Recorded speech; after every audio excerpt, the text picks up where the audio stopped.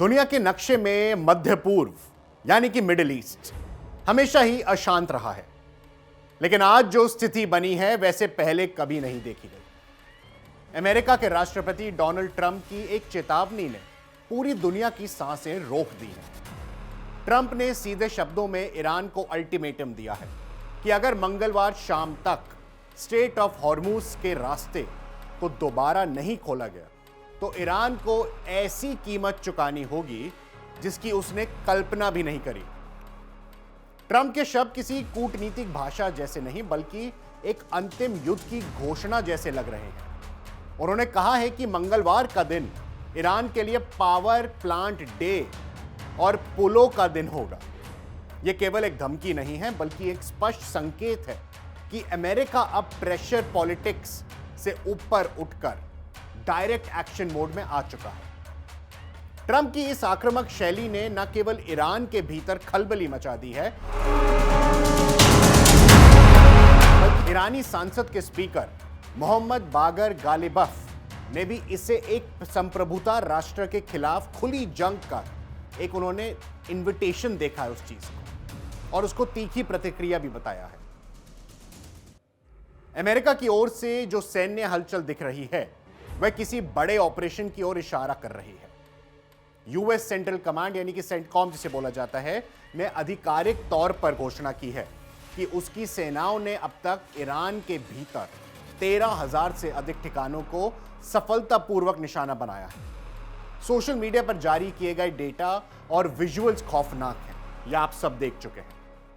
उन्होंने यह भी कहा कि 155 से अधिक ईरानी जहाजों को या तो पूरी तरह तबाह कर दिया गया या उन्हें भारी नुकसान पहुंचाया गया है। लेकिन असली दहशत का नाम है ऑपरेशन एपिक फ्यूरी। इस ऑपरेशन में अमेरिका के परमाणु शक्ति से चलने वाले विशाल विमान वाहक जहाज और अत्याधुनिक पनडुब्बियां जिसे सबमरीन बोलते हैं हिस्सा ले रही हैं। आसमान में F-35, F-16 stealth fighter jets की गूंज और B-52 स्ट्रेटेजिक बॉम्बर्स की मौजूदगी यह बताने के लिए काफी है कि अमेरिका ईरान की सैन्य और आर्थिक रीढ़ की एक ही रात में वो उसे तोड़ने की तैयारी कर रहा है। ट्रंप का दावा है कि ईरान को एक ही रात में खत्म किया जा सकता है, यह पॉसिबल है, और मंगलवार वह दिन हो सकता है जब इतिहास बदल जाएगा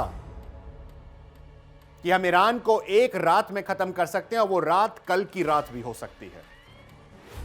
इतने भारी दबाव और चारों तरफ से घेराबंदी के बावजूद ईरान के तेवर नरम होने के बजाय और कड़े होते जा रहे हैं।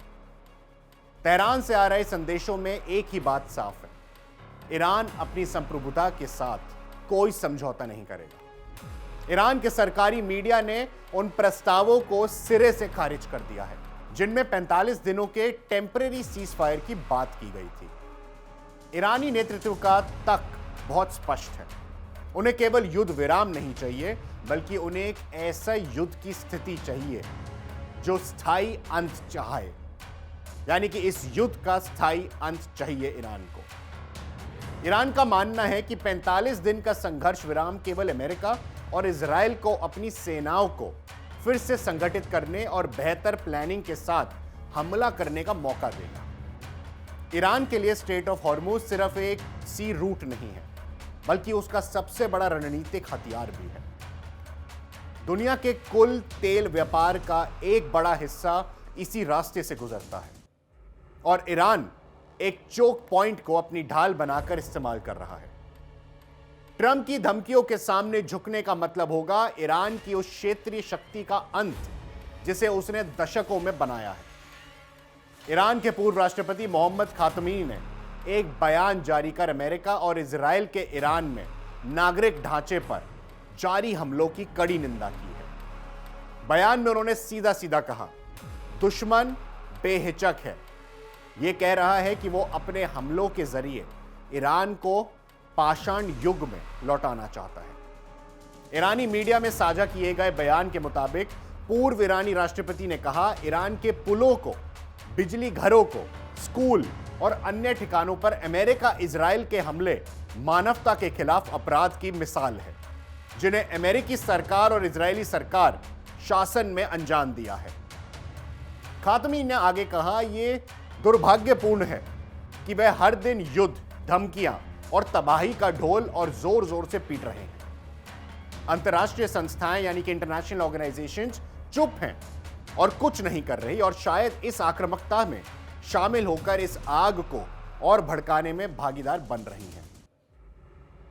ईरान के सुप्रीम लीडर मुज्तबा खामनेई ने कहा है कि इस्लामिक रेवोल्यूशनरी गार्ड कॉर्प्स यानी कि IRGC के टॉप कमांडोज की हत्या के बावजूद देश की सैन्य ताकत और लड़ाकों का हौसला कमजोर नहीं होगा।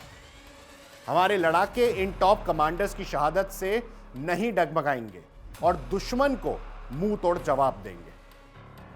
खबर के मुताबिक उन्होंने यह बयान सोमवार को IRGC के वरिष्ठ अधिकारी मेजर जनरल माजिद खादिमी की हत्या के बाद जारी किया था। उन्होंने जोर देकर कहा कि ईरान के लड़ाके और सशस्त्र बलों की एकजुटता इतनी मजबूत है कि आतंकवाद और अपराध उनके संकल्प को कमजोर नहीं कर सकते। खामेनेई ने एक लिखित बयान जारी कर कहा कि खादिमी ने दशकों तक खुफिया और रक्षा के क्षेत्र में अटूट सेवा की। उन्होंने जोर देकर कहा कि इस्लाम ईरान के योद्धाओं की अटूट कतारें और आत्म बलिदान करने वाले सशस्त्र बल एक ऐसा गहरा और मजबूत मोर्चा है जिसे आतंकवाद और अपराध दरका भी नहीं सकते। जिहादी आदर्शों के प्रति हमारा संकल्प अडिग है।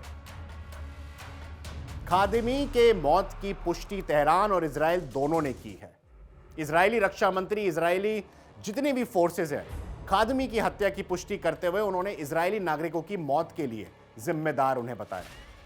वहीं इजरायली सेना ने दावा किया कि उसने कुद्स फोर्स की यानी कि कुद्स फोर्स जिसको कहा जाता है अंग्रेजी में, स्पेशल ऑपरेशन यूनिट के कमांडर असगर बगेरी को भी मार गिराया है। हालांकि इस बार तेहरान की ओर से अभी कोई आधिकारिक प्रतिक्रिया या पुष्टि नहीं हुई है।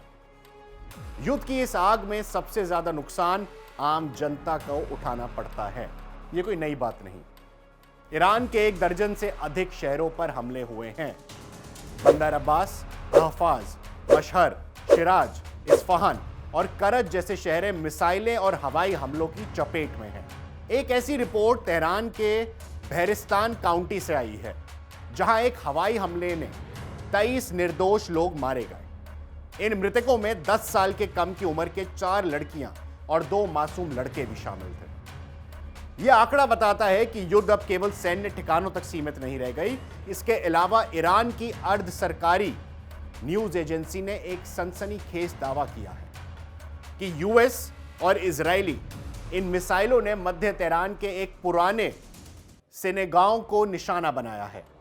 सोशल मीडिया पर वायरल 12 सेकंड का यह वीडियो, जिसमें मलबे में दबी पवित्र पुस्तकें और बचाव कर्मियों की भागदौड़ दिख रही है, ईरान में रहने वाले अल्पसंख्यक यहूदी समुदाय की सुरक्षा पर भी सवाल खड़े कर रहे हैं। आज भी लगभग 20,000 यहूदी रहते हैं जो सदियों में वहां तक उस पाठ का हिस्सा है। रिहायशी इलाके, यूनिवर्सिटीज और धार्मिक स्थलों पर हो रहे ये हमले ईरान के भीतर पश्चिम विरोधी भावनाओं की ओर तीव्र कर रहे हैं।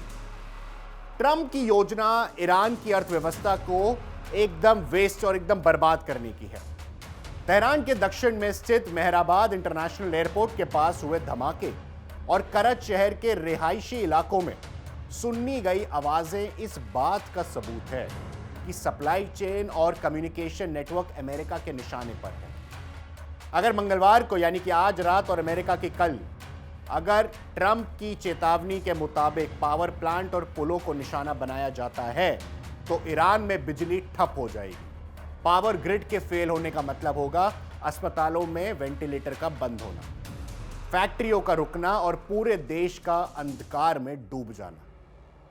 पुलों के टूटने से सेना की आवाजाही प्रभावित होगी, लेकिन साथ ही सामग्री और जो उनकी दवाएं हैं उनकी सप्लाई पर भी कटौती लगेगी। यह ईरान को पत्थर युग यानी कि स्टोन एज में धकेलने की एक सोची समझी रणनीति लगती है ट्रंप की। खबरों के मुताबिक ईरान के पास 400 से 450 किलोग्राम यूरेनियम है, इनरिच्ड यूरेनियम, जो परमाणु हथियार बनाने के सहायक हो सकता है। पिछले हफ्ते वॉल स्ट्रीट जर्नल ने खबर दी थी कि राष्ट्रपति डोनाल्ड ट्रंप विशेष रूप से समुद्र यूरेनियम निकालने के लिए ईरान में जमीनी अभियान चलाने पर विचार कर रहे हैं। सूत्रों के मुताबिक ट्रंप ईरान पर युद्ध समाप्त करने की शर्त के रूप में परमाणु सामग्री सौंपने का दबाव डालने की भी कोशिश कर रहे हैं। डोनाल्ड ट्रंप ने संकेत दिया है कि ईरान परमाणु सामग्री को अपने पास नहीं रख सकता और ईरान द्वारा इसे सौंपने से इनकार करने पर बलपूर्वक इसे जब्त करने पर चर्चा भी की जाएगी। माना जाता है कि ईरान के पास 400 किलोग्राम से अधिक 60% अधिक समृद्ध यानी कि इनरिच यूरेनियम और लगभग 200 किलोग्राम यानी कि 20% विंकडीय पर्दाश है, जिससे आसानी से 90% हथियार ग्रेड यूरेनियम में परिवर्तित हो जाएंगे। अब कहा जा रहा है कि इसका अधिकांश हिस्सा अमेरिकी बमबारी में नष्ट हो गया है, एक पहाड़ के नीचे मलबे के नीचे दबा हुआ है, जिसके बारे में ट्रंप ने दावा तो किया था कि इसने तेहरान के परमाणु कार्यक्रम को नष्ट कर दिया है। हालांकि अंतर्राष्ट्रीय परमाणु ऊर्जा एजेंसी ने कहा है कि ईरान का परमाणु सामग्री मुख्य रूप से उन 3 स्थलों में है, 2 पर संग्रहित है जिन पर अमेरिका ने हमला किया था, वो है इस्फहान और नतांज। अब अमेरिका की नजर इन 2 यूरेनियम ठिकानों पर जरूर होगी। एक तरफ ट्रंप का एक्शन है तो दूसरी तरफ संयुक्त राष्ट्र सुरक्षा परिषद यानी कि यूएनएससी की मेज। बहरीन द्वारा पेश किया गया प्रस्ताव आज मतदान के लिए तैयार है। यह प्रस्ताव खतरनाक मोड़ ले सकता है क्योंकि इसमें स्टेट ऑफ हॉर्मुज को खोलने के लिए बल प्रयोग यानी कि यूज ऑफ फोर्स का स्पष्ट संदेश दिया गया और उसकी मांग की गई है। अगर यह प्रस्ताव पारित हो जाता है तो अमेरिका के हमलों को एक अंतर्राष्ट्रीय कानूनी ढाल मिल जाएगी। अन्य खाड़ी देश जो ईरान के खतरे से डेर हुए हुए या फिर डरे हुए हैं, जो उनसे पीछे बैकफुट पे हट रहे हैं, वे भी इस प्रस्ताव के समर्थन में एक लांबित हो ही जाएंगे। लेकिन क्या बल प्रयोग से शांति आएगी या फिर ये एक ऐसी आग को जन्म देगा जिसमें पूरी दुनिया झुलस जाएगी? वर्तमान स्थिति को देखते हुए सीज फायर का रास्ता बहुत धुंधला नजर आ रहा है, लेकिन डोनाल्ड ट्रंप है वो, बेंजामिन नेतन्याहू है वो, मोज्तबा खामनेई है वो, और भूलिएगा मत व्लादिमीर पुतिन, शी जिनपिंग और नॉर्थ कोरिया के लीडर। ट्रंप जहां एक ही रात में ईरान को खत्म करने की बात करते हैं, वहीं ईरान का न झुकने का फैसला यह संकेत देता है कि मंगलवार यानी आज का दिन और अमेरिका का कल का दिन आधुनिक इतिहास के सबसे भीषण संघर्षों में से एक होगा। पूरी दुनिया की नजरें अब इस बात पर है कि क्या कूटनीतिक की आखिरी प्रयास ये महाविनाश को रोक पाएगा या खाड़ी देश एक लंबी तबाही की दौर में प्रवेश करेंगे। देखना यह होगा कि क्या डोनाल्ड ट्रंप सही में वो संकी डोनाल्ड ट्रंप बन के निकलेंगे जिसके कारण वर्ल्ड वॉर 3 शुरू हो सकता है। देखना यह भी होगा क्या मोज्तबा खामनेई अपने पिता अली खामनेई का बदला लेंगे, और अगर बदला लेंगे तो किस तरीके से लेंगे। क्या ईरान तैयार है B-2 बॉम्बर से लड़ने के लिए? क्या वो बड़े बड़े देश तैयार हैं इस युद्ध में झुलसने के लिए और अपने आप को इस युद्ध का पार्ट बनाने के लिए? मैं बात कर रहा हूं रशिया की, मैं बात कर रहा हूं चाइना की, नॉर्थ कोरिया की, जापान की, साउथ कोरिया की, ब्रिटेन की, ऑस्ट्रेलिया की, इंडिया की, पाकिस्तान की। क्या ये सभी देश तैयार है वर्ल्ड वॉर 3 के लिए? क्या जनता तैयार है?